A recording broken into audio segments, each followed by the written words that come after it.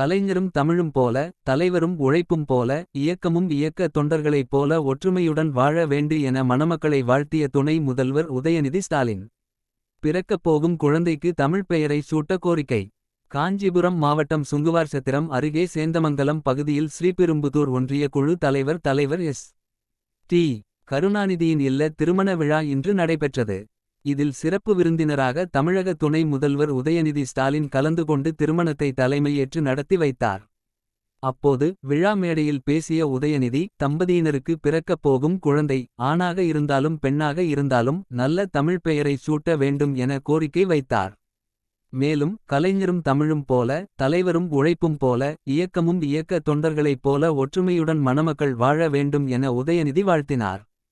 இந்நிகழ்ச்சியில் திமுக பொருளாளர் D. R. Balu, குரு சிறு நடுத்தர தொழில் நிறுவனங்கள் துறை அமைச்சர் தா. மோ. அன்பரசன் உள்பட திமுக நிர்வாகிகள் பலர் உடன் இருந்தனர்.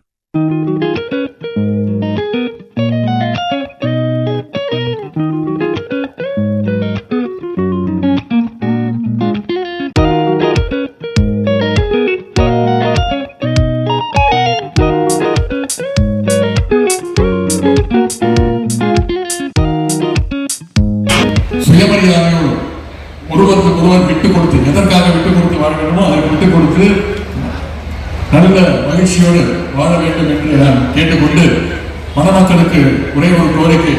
உங்களுக்கு பிறக்கக்கூடிய குழந்தை ஆண் பிள்ளையாக இருந்தாலும் சரி, பெண் பிள்ளையாக இருந்தாலும் சரி, அழகான ஒரு தமிழ் பெயரை சூட்ட வேண்டும் என்று உங்கள் அனைவரும் சார்பாக கேட்டுக்கொண்டு, நீங்கள் சொன்னது போல கலைஞரும் தமிழ் போல, தலைவரும் உழைப்பும் போல, நம்முடைய இயக்கமும் நம்முடைய இயக்க தொண்டர்களும் போல இணைந்து மணமக்கள் இருவரும் வாழ வேண்டும் என்று கேட்டு வாழ்த்தி உங்கள் சார்பாக இந்த வாய்ப்புக்கு நன்றி கூறி விடைபெறுகின்றேன். நன்றி, வணக்கம்.